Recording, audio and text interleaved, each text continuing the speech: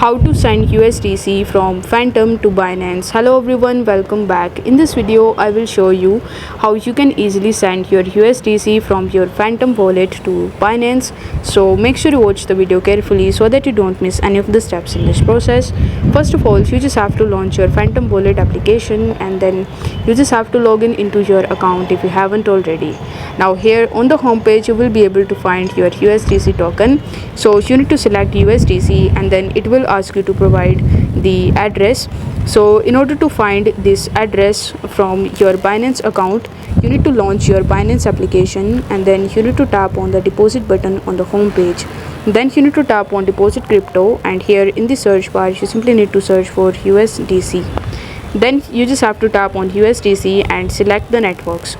So here you can select any of the networks, but you need to make sure that the network is similar that you have selected in Phantom.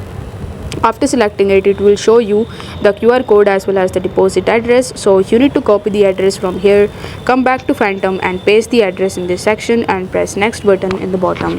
On the next page you just have to enter the amount of USDC that you want to transfer, and then you just have to initiate your transaction.